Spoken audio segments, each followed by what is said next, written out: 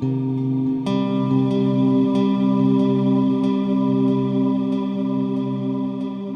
good morning, good day, good evening, good night.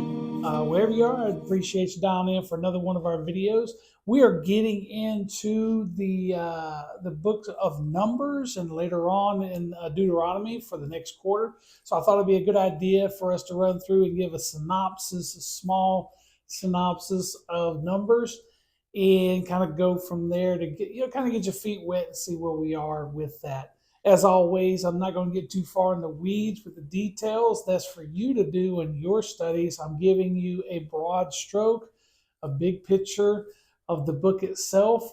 As we go through the lessons in the book of Numbers, we will get more into the details of circumstances, people, and places, and so forth. So to get right into it, the book of Numbers is the fourth book in the Hebrew Bible. It's fourth of the five books of the Torah, and fragments of the Numbers goes back as far as 7th century BC with the Kefir Hanam scrolls, which is a place where some fragments were found that have some reference that coincide with Numbers. Okay.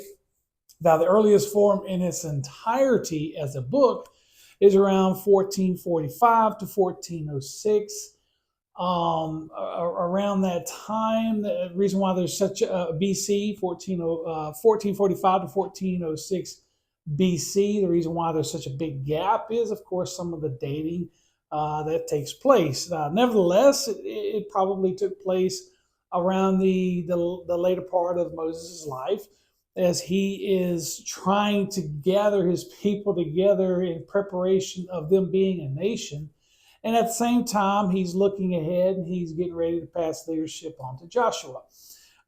So the name of the book comes from two censuses that had taken place of the Israelites. One was when they were in the wilderness, and God was getting a census together before they would head on down the road to do what he asked them to do. And then a second census was taken when the generation passed, and they were recording the number of fighters that they would have going into to take the promised land. So, and the reason why we have two consensus, I'll get into it in a minute. But the purpose of the book is to remind us of spiritual warfare that they had to be engaged in. Numbers is a book of service and walk of God's people. And that's pretty much what it boils down to. God showing them who he is, and in turn showing them how to be obedient.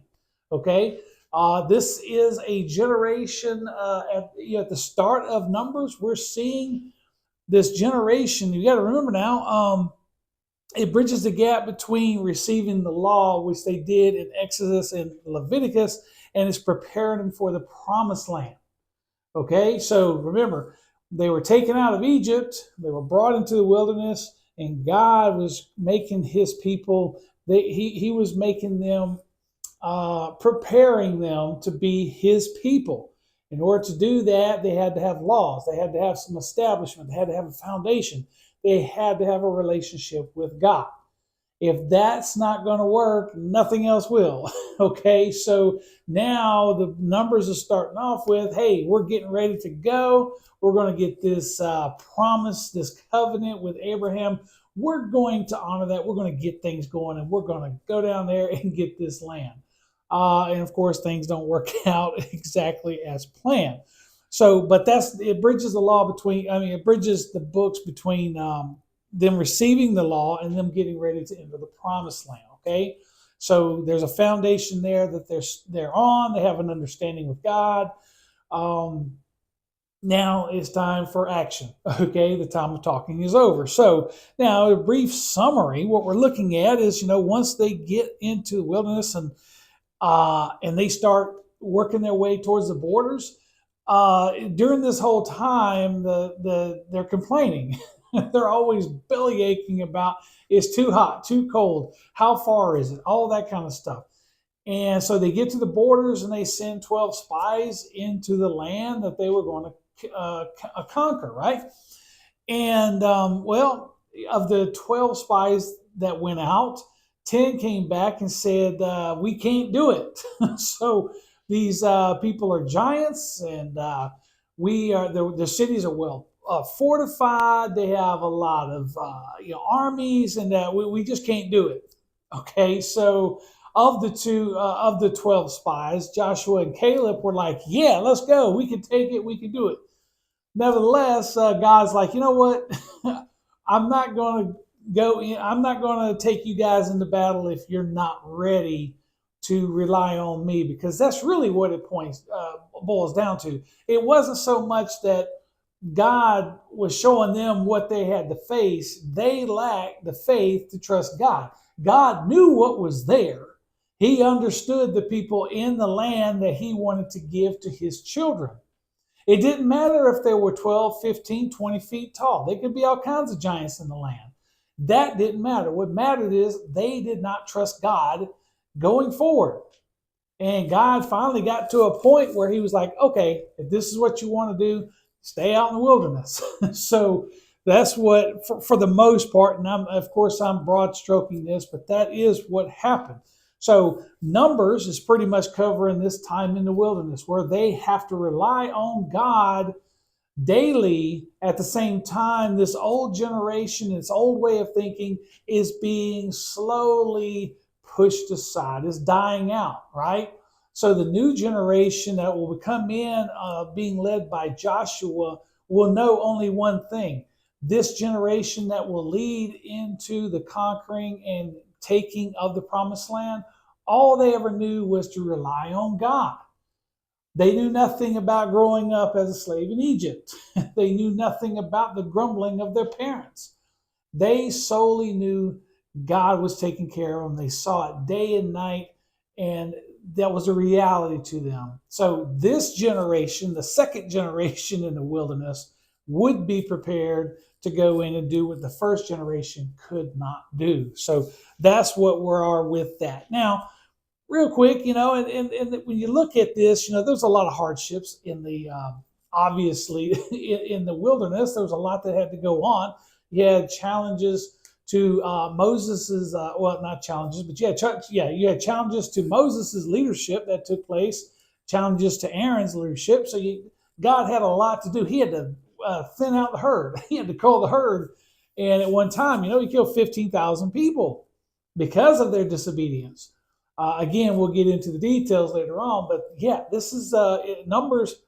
It shows, where God was trying to take care of these people, honor the covenant that he made with Abraham to a people that were rebellious and for the most part were disrespectful. So yeah, it took a generation. He had to get rid of this old generation and this new generation that knew God, depended on God. That's all they ever knew. That's what was needed. So anyway, as we go into this, I'm going to get into some details with Holman. Holman, of course, will be a commentary that I will use going into or going forward with the Bible studies that we do with Numbers in the lesson plans, right? So really quick, I'm going to go over some of this. Purpose, okay? The Lord prepared his people before escorting them into the land of their inheritance. He wanted to show how he alone could infallibly guide them through the dark and unknown terrain. They would encounter many enemies and temptations. He also showed them the futility of refusing to follow his commands and provided several sobering examples of some of those who chose not to follow him and were swiftly judged. Yes.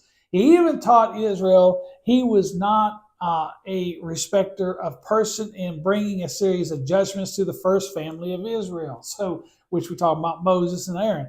Moses, a lawgiver and the spiritual leader of Israel, and one of those who shared a unique relationship with God, would not himself go into the promised land because of his sin of not honoring God as holy at Meribah.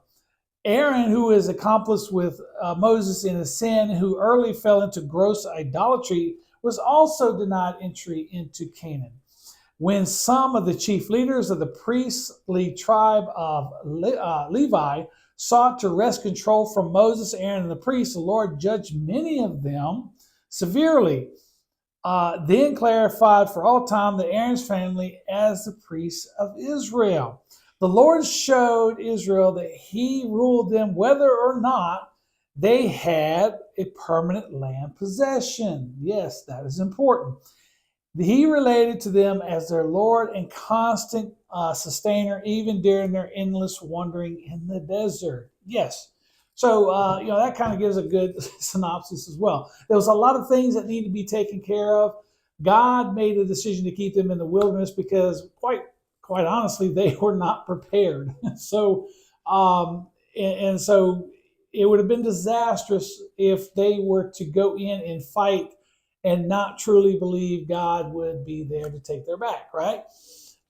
It would not help if God went in and conquered all the land and they just come in and they would just kind of treat God as this convenient supernatural force for them, right? And so part of the covenant and the relationship God wanted was an intimacy with his people where they would understand to trust him in all things. And that includes the battles that lay ahead. Now, if you're like me, what's the practical applications when we look at things like this in regards to numbers? And of course, some of these, the Deuteronomy and Leviticus and Numbers sometimes gets bogged down in some details that we feel is more historical or more legal and doesn't really apply to us. And I would say, no, that's not very accurate. There's always a lesson in there, some kind of practical application that we as Christians can use today. So when we look at this, the major theological theme developed in the New Testament from Numbers is that sin and unbelief, especially rebellion, reap the judgment of God. That's the bottom line, right? So we see time and time again in Numbers where this generation was rebelling against God. As a result of their rebellion, the consequence was they would never see the promised land. They would never reap the fruits of the promise and the covenant made to Abraham. Okay, so it's real simple. So just as Israelites wandered in the wilderness for 40 days because of their rebellion, so too does God sometimes allow us to wander away from him and suffer loneliness and lack of blessings when we rebel against him. Yeah, we see that sometimes too, but God is faithful and just, and he always restores us when we turn back to him and when we have that fellowship, when we repent and turn back to him. That's the bottom line. When I'm sitting there and I'm looking at, and I was reading up on some of these notes and preparing for this video with my notes, one thing to hit me is God is faithful, even when we are not. That is one of the themes that I've taken away from looking at this. God was in action, and he was, from the time that he chose Moses to go to Egypt and face the Pharaoh, God was putting in action his plan and his promise to Abraham. That was not forgotten. Okay, so God was like, okay, we're going to put this in play. And there is many times that God could have said, you know what, you guys are not living up to your side of the promise, your side of the covenant. I have every right. I'm just going to forget about it, leave you guys, send you back to Egypt. I don't care. Do whatever. I'll just start over somewhere else. And God would have been just in doing that. However, God chose to move forward with these people. And when we sit down and we look at just how rebellious the first generation of Israelites were and how they were always a problem, we can't sit there and say I can't identify with that. So sometimes we are just as rebellious, are we not? Sometimes we are just as lazy. Sometimes we are so hot-headed. Sometimes we are spoiled ourselves. There's a times whenever they were so used to God's presence in the midst of them, they just like, oh, there's God. I mean, they took it. I would say they took advantage of it, but they just got used to it, right? But nonetheless, God pushed through. His love for his people persevered. He was going forward, and this is what makes him the mighty God that we worship, and not me and my decisions. Because again, if it was me, I would have I would have had to start over with these people a long time ago, right? Instead, we're seeing a God that made a promise, and for his name's sake, he was going to see it through. No matter the generations that would pass, the thousands of years that would pass, this is what was going to happen. And in the middle of this, Numbers shows us that he's willing to wait another 40 years. He's willing to wait another generation to put his plan in action. Because if they would have went in as they were, if God came down and said, don't worry about the giants, don't worry about the spy reports, go in, I got your back, they probably would expect God to do everything. And it would have been more disastrous than eventually it would become. However, God wanted to have people who believed in him, who trusted in him and had faith in him. That was part of the covenant that sometimes we forget. So when I look at the book of Numbers, what is that? It's where God is faithful. He is faithful even when we are not. And to me, that's the major takeaway of this book. But as we get into it, as we go through the quarter, you will go through a lot of the details and go over and cover a lot more and go from there. Okay. Thank you for watching as always. I appreciate it. If you have any questions or comments, leave them below the video. Like and subscribe to the channel. That way, every time we make a video, you'll be notified when those videos post. And we'd love to have you here at Webb Baptist Wednesday nights. We meet for supper, and then we have Bible study. We have a class for every age of the children that you may have. Grandchildren, doesn't matter. Bring them. We got a place for them.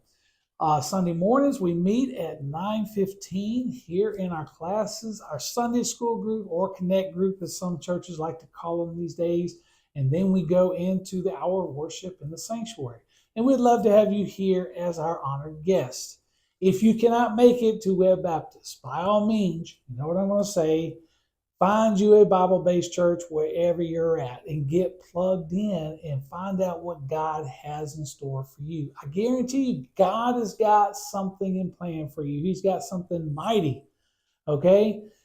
And it could be that church family, because that church family will be a blessing to you and you will be a blessing to them. Someone is waiting for the blessing that is your presence in their lives, okay? Until next time, take care and God bless.